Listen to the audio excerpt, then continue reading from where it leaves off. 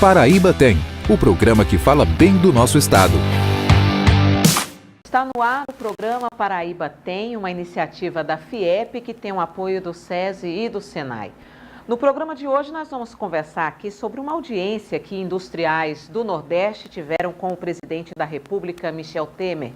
Aqui ao meu lado para comentar o programa de hoje, o presidente da FIEP, nosso comentarista, Boega Gadelha. Doutor Gadelha, seja muito bem-vindo ao programa de hoje. Muito obrigado, Sueli. Estou dando sempre grandes intervalos, mas você está tendo a oportunidade de entrevistar pessoas importantes do nosso setor industrial, falando sobre diversos segmentos, o que transpira para a Paraíba informações vindas do setor mineral, do setor de plástico, do setor têxtil, enfim, de panificação, de vários setores outros da nossa indústria, o que é muito bom, porque as pessoas vão tomando conhecimento de tudo o que a Paraíba tem. Fico muito feliz por isso. Pois é, e sempre que o senhor retorna nos traz novidades. Uma delas foi esse encontro, que industriais do Nordeste, dos estados de Sergipe, Pernambuco, Paraíba e Alagoas, não é isso, presidente? Exatamente, eram 4 estados. Isso, estiveram com o presidente da República,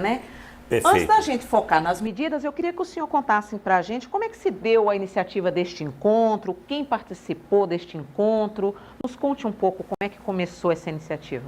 Veja, o presidente está interessado em conversar com os presidentes de federação de todos os estados e mais também alguns empresários. Então, a sala que tem lá adequadamente organizada, ela cabe exatamente 4 federações, com os 4 presidentes e mais 6 sindicatos de cada estado. Foi isso que nós fizemos, foi isso que fizeram todos os outros estados que estiveram presentes lá, no caso Pernambuco, Sergipe, Alagoas e Paraíba. Então, foi uma iniciativa do próprio Planalto e ele quer repetir isto num intervalo assim de 15 em 15 dias. Agora irão os estados do Rio Grande do Norte, do Ceará, do Piauí e também do Maranhão. Pelo que eu acompanhei na mídia essa semana, como o senhor bem falou, ele vai fazer esse encontro a cada 15 dias.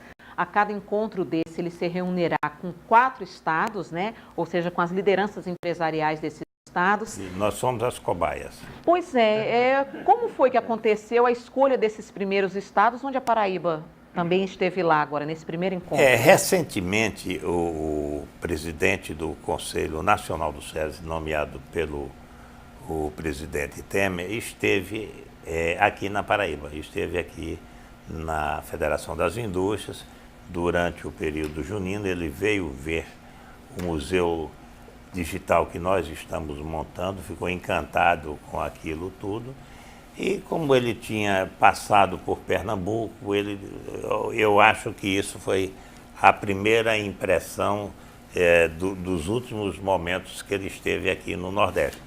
De tal maneira que aí lembrou-se, vou começar pelo Nordeste mesmo, já que ele é nordestino, ele até brincou lá que, apesar de não ter incluído o Piauí, estava começando com os estados do Nordeste. Então ia subindo por aí, depois os estados do Norte, até chegar no Sul e Sudeste. Também do Centro-Oeste, ele quer realmente ouvir todos os estados. Isso foi muito bom, porque a CNI teve a oportunidade de, neste momento e em outro anterior, que já foi levado para lá o presidente Robson, levar aqueles 129 propostas da Confederação Nacional da Indústria, abarcando assim todos os assuntos, como legislação trabalhista, reforma política, reforma da Previdência, enfim, tudo aquilo que a mídia fala constantemente de que ainda não foi feito para o Brasil ter uma organização primorosa,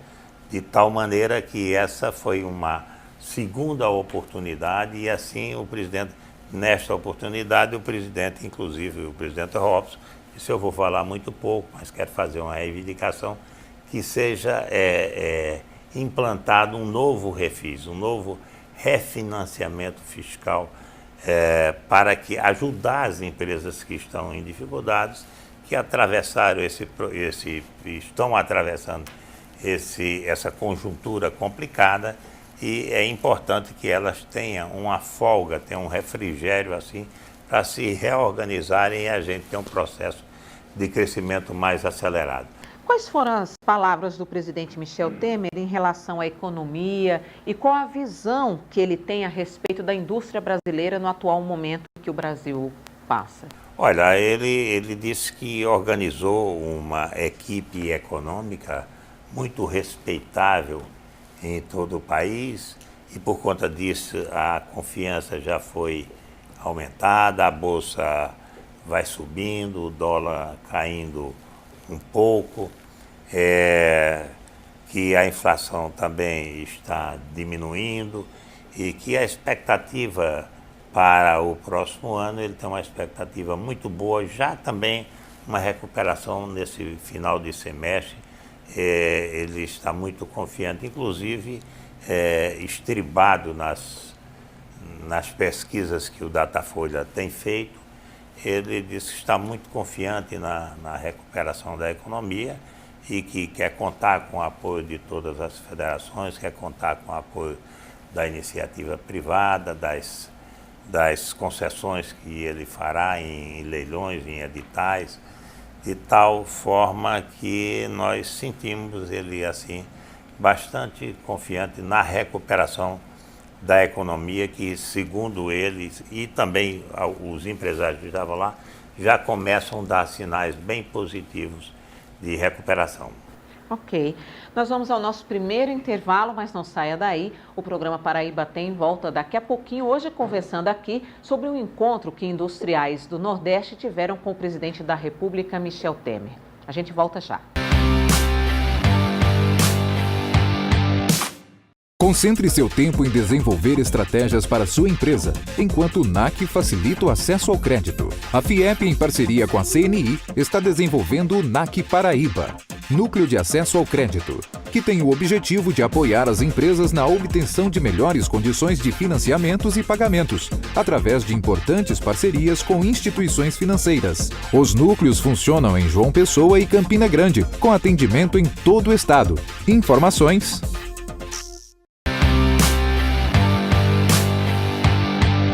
Estamos de volta com o programa Paraíba Tem, hoje conversando aqui sobre o encontro que industriais do Nordeste tiveram com o presidente da República, Michel Temer, em Brasília. A Paraíba esteve muito bem representada pelo presidente da FIEP. Obrigado. E outros membros da diretoria da federação também.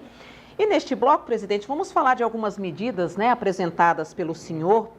Eu vou pedir para que o senhor comente e justifique por que esses temas foram escolhidos. Transposição e medidas emergenciais em face do colapso no abastecimento d'água de Campina Grande. Esse foi o ponto prioritário, o primeiro deles da lista? Foi sim. Eu vejo uma coisa, eu procurei os temas, os gargalos da indústria da Paraíba, que fossem de âmbito federal, que estivessem paralisados, semi-paralisados, inacabados, que demandassem poucos recursos. E procurei soluções que facilitassem a solução do problema, certo? Eu não podia, e disse lá, eu não podia chegar aqui, presidente, e não falar inicialmente na transposição de água do São Francisco, porque a Paraíba, sem o São Francisco, ela não tem futuro. Eu já repeti isso aqui várias vezes.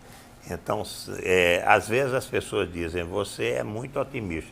E eu faço lembrar que eu estou nessa luta desde 90, preocupado com essa situação. Então, eu não levava nenhum otimismo aí, eu levava muito realismo. Então, quando foi iniciada a transposição, nós cuidamos de acompanhar e vimos acompanhando todos os dias. Nós tiramos um extrato vamos dizer, como um extrato de conta que se tira no banco, quanto já foi feito da obra. Agora nós estamos em torno de 92% da obra, faltando apenas 8% para a sua conclusão. Então, mas a gente tem a preocupação de que, veja uma coisa, esse déficit hídrico não seja fechado com a transposição no momento exato.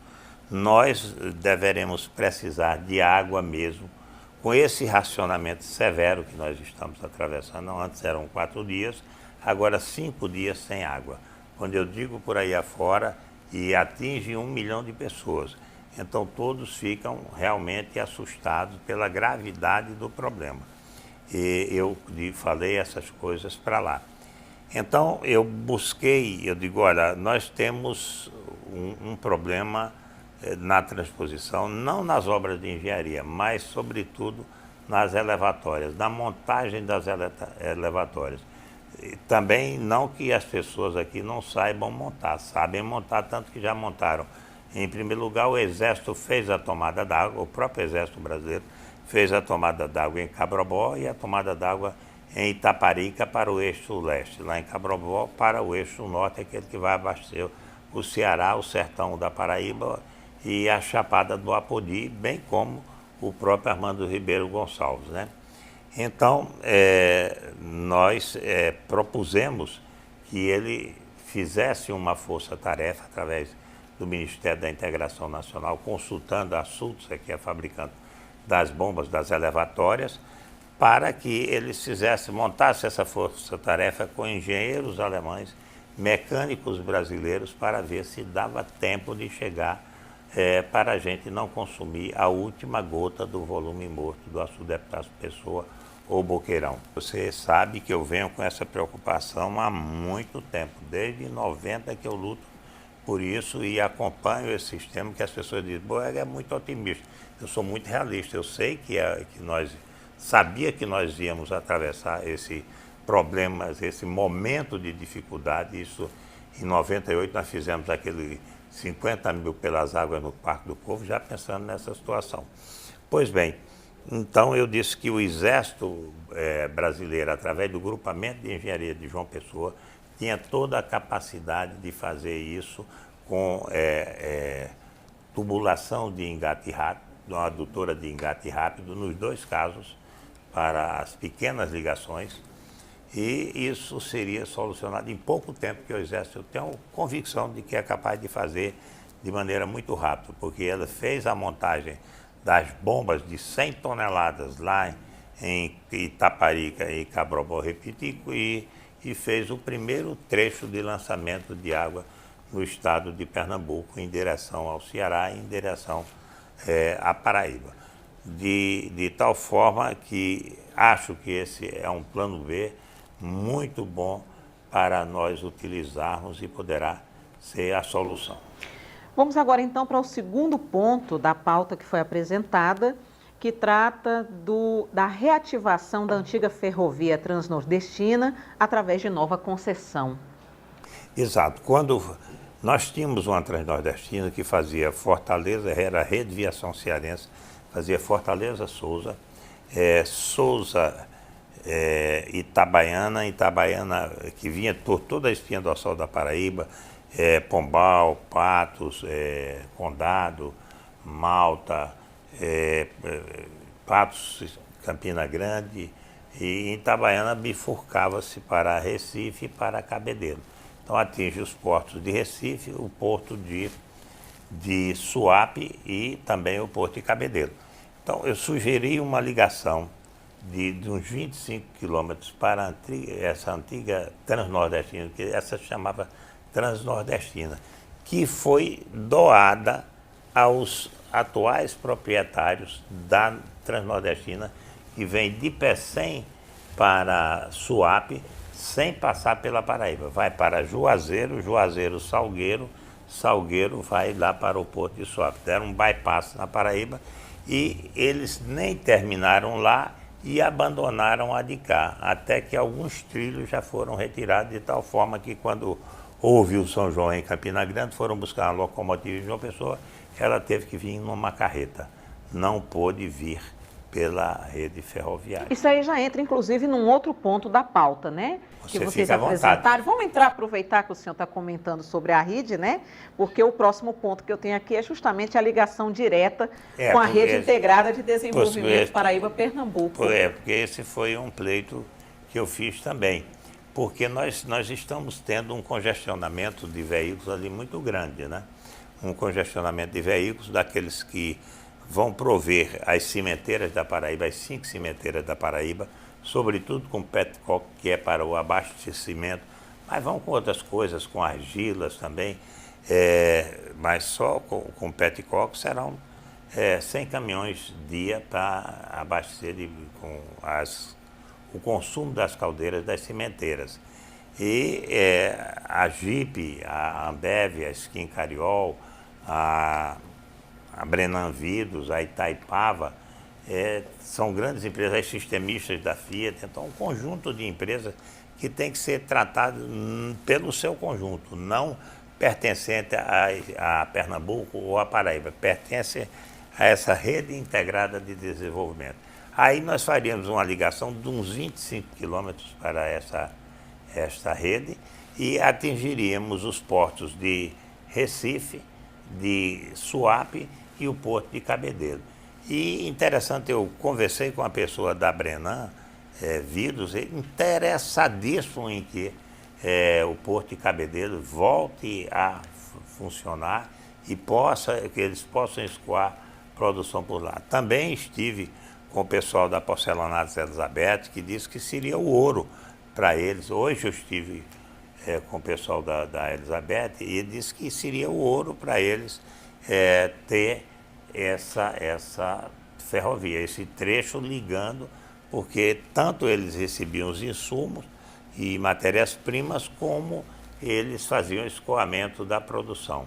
Então há um interesse muito grande, porque normalmente o brasileiro ele não pensa em ferrovia, ele só pensa em rodovia, ele só pensa no seu carro. O brasileiro é apaixonado por carro, como diz a propaganda, né?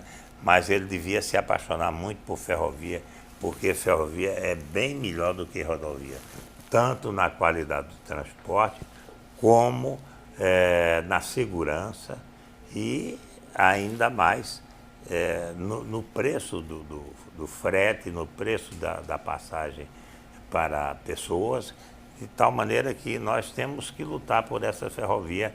Nós não podemos perder esse restinho. Nós vamos a mais um intervalo, mas não saia daí. O programa Paraíba Tem volta daqui a pouquinho. Hoje conversando aqui sobre o encontro que os industriais da região Nordeste tiveram com o presidente da República, Michel Temer, esta semana em Brasília. A gente volta daqui a pouquinho. Os futuros talentos em aplicação de revestimento cerâmico estarão em João Pessoa. Venha acompanhar a etapa seletiva da Olimpíada do Conhecimento, que vai revelar o representante do Brasil nesta modalidade, na maior competição de educação profissional do mundo, a World Skills Abu Dhabi 2017, de 25 a 29 de julho, das 9 às 17 horas, no Senai Odilon Ribeiro Coutinho. Visitações nos dias 26, 27 e 28. Senai, formando talentos para a indústria. Estamos de volta com o programa Paraíba Tem. Lembrando que o programa de hoje trata de um encontro que industriais da região Nordeste tiveram com o presidente da República, Michel Temer, em Brasília. Doutor Gadelha, neste bloco vamos continuar falando da pauta que a Paraíba apresentou nesse encontro. E o próximo ponto é dragagem do Porto de Cabedelo. Eu gostaria que o senhor comentasse o que é que foi apresentado ao presidente da República sobre esse tema. Perfeito. Antes de responder essa pergunta, eu vou falar da outra obra que Pernambuco apresentou, que era exatamente o Arco Metropolitano do Recife, saindo de Goiânia para Suape, esse Arco Metropolitano. Então nós apresentamos a proposta da ferrovia, que já está pronta. Nós faríamos apenas um ramal de 25, e eu coloquei assim, como um paliativo para o Arco Metropolitano, para não entrar num confronto de ideias, que aliás serve para os dois, tanto o Arco Metropolitano como a ferrovia, mas a ferrovia é mais fácil de fazer, faz no tempo que o presidente vai terminar o mandato, se ele continuar até o final, dá tempo ele fazer isso. E o Arco Metropolitano eu não sei, é um tempo grande, talvez uma obra mais complexa. Uma obra mais complexa, e essa é uma obra mais simples, e mesmo que o trem vá numa média de 60 quilômetros, ele chega mais próximo, mais perto de Goiânia, em um curto espaço de tempo, de Goiânia para o porto de Suape, é mais rápido do que pelo arco metropolitano, ou pela estrada atual. E da mesma forma para Cabedelo. Porque existe uma verba parlamentar na Paraíba, dos deputados da Paraíba, para triplicarem a rodovia de Cabedelo. Porque está todo mundo preocupado com esse congestionamento. E Pernambuco está pedindo o arco metropolitano para ir para o Porto Suape. Todo mundo buscando os portos. Então, o Porto de Cabedelo, eu solicitei a dragagem, porque, olha, na segunda-feira estava desembarcando o navio de diesel S10, o primeiro navio de diesel S10 que desembarcava no Porto de Cabedelo, procedente dos Estados Unidos. Então, daí a necessidade que nós temos de quebrar, só falta 8% para concluir a obra, do mesmo jeito que a transposição só falta 8%, o Porto de Cabedelo só falta 8%. E essa já é uma reivindicação antiga também da Federação da Paraíba. É uma reivindicação né? antiga. Nós fizemos aquela campanha, vamos gritar por um grande calado. E eu digo a você, quem arranjou o dinheiro naquele tempo fui eu. Eu fui lá e arranjei 111 milhões. Foi feita uma dragagem, ficou faltando 8%. E agora o complemento só custa 40 milhões de reais. Quando a gente fala hoje em obras, em quilômetros de estrada, a gente está falando em R$ 1 bilhão. Então, 40 milhões para você construir um porto, qualquer porto aí não custa menos de 5 bilhões de reais. Então, nós, para termos um porto funcionando, nós só vamos gastar mais 40 milhões de reais. É realmente algo insignificante. É porque quando a gente fala em dinheiro, ali, 40 milhões para mim, para você, é dinheiro demais. Mas para o Estado, que tem trilhões de arrecadação, ele não pode pensar nisso como volume grande. É como a gente pensar que R$10 não é muito dinheiro. Certo? É a mesma coisa que 40 milhões para o Estado. R$10 para mim e para você é a mesma coisa que 40 milhões para o governo federal. Muito bem, vamos passar agora para o último ponto, né, da pauta, que é a conclusão da duplicação do trecho Campina Grande-Caruaru. Pois é, outra obra inacabada, né? Então, do governo federal, da BR-104, que liga a BR-232 de Pernambuco à BR-230 da Paraíba. Então, com isso, nós faríamos um quadrilátero totalmente duplicado. João Pessoa, Campina Grande, Caruaru, Caruaru, Recife, Recife, João Pessoa. Quer dizer, nós faríamos um quadrilátero totalmente duplicado, que isso ia ter uma influência muito grande numa integração cada vez mais forte dos dois estados. Eu defendo essa integração. Nós sempre fomos ligados comercialmente, culturalmente ao estado de Pernambuco. O ministro Armando Monteiro sempre dizia, Gadelha,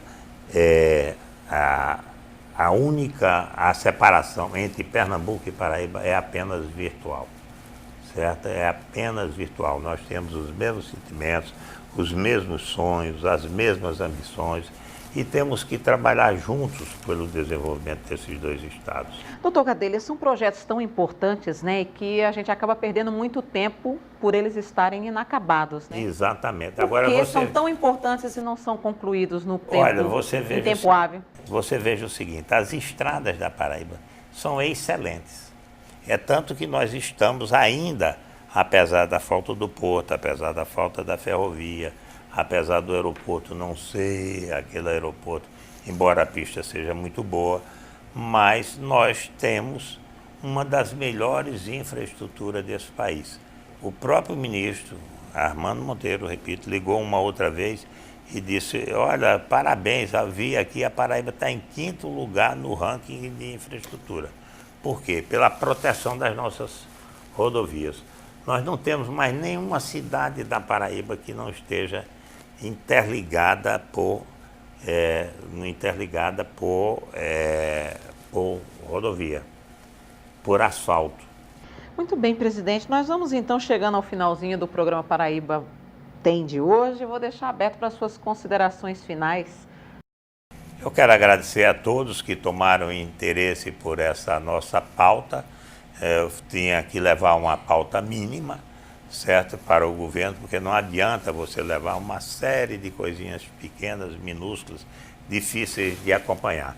Mas eu tenho certeza de que se nós conseguirmos essas obras, e nós vamos conseguir, certo? Nós vamos conseguir essas obras. Já no dia 8 de agosto eu tenho uma reunião com todas aquelas pessoas interessadas no Porto de Cabedelo. Nós vamos tratar deste assunto porque nós vamos conseguir esses recursos, nós vamos conseguir que o governo federal termine essa obra ou passe em definitivo o Porto para o governo do estado, para o governo terminar, porque não pode ter dois donos. E um não age, o outro não pode agir, certo? Então, nós queremos que essa solução seja dada, nós acreditamos muito na competência e na vontade que está criando o povo da Paraíba. O povo da Paraíba vai ter uma grande alegria com a transposição de água do São Francisco. Isso vai dar estabilidade a todos nós, porque água é vida. Certo? Sem água você não começa nada, você pode faltar até energia.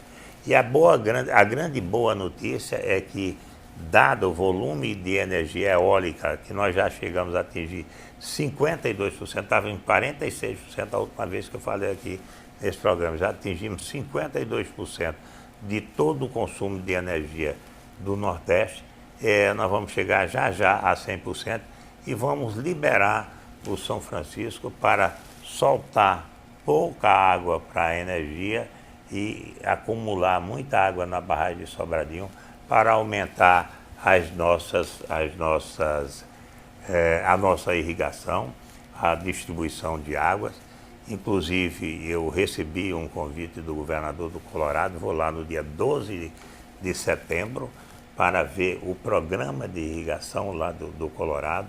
Quero ver se trago novas ideias para o nosso estado.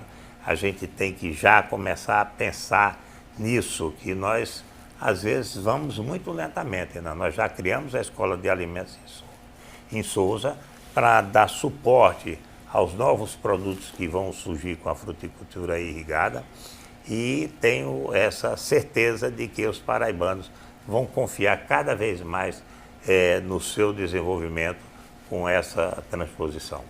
Ok. Doutor Gadelha, muito obrigada, viu, pela participação do senhor hoje no programa Paraíba Eu Tem. agradeço a você e não posso deixar de agradecer essa nossa equipe aqui que nos dá o suporte de uma forma muito calorosa, ao Henrique, ao Saúva, ao seu filho, a Maria Helena, que dá esse suporte para que a gente possa produzir este programa. Inclusive, brevemente, eles estão dizendo que nós vamos ter um cenário novo. Novo cenário. Um novo cenário, certo? Um novo cenário. Eu fico muito feliz com isso, porque o nosso programa vai se renovando e inovando e granjeando cada vez mais a simpatia da nossa população. A você, meu telespectador, muito obrigado. Um abraço de coração mesmo, muito afetuoso a todos os paraibanos. É isso aí. E para fazer contato com a nossa produção, é só você mandar e-mail para programa.pbtem@gmail.com. E para rever o conteúdo deste e de outros programas, você acessa o nosso canal no YouTube, o endereço você já sabe, está aí na tela. A gente volta na próxima semana, nesse mesmo horário. Até lá!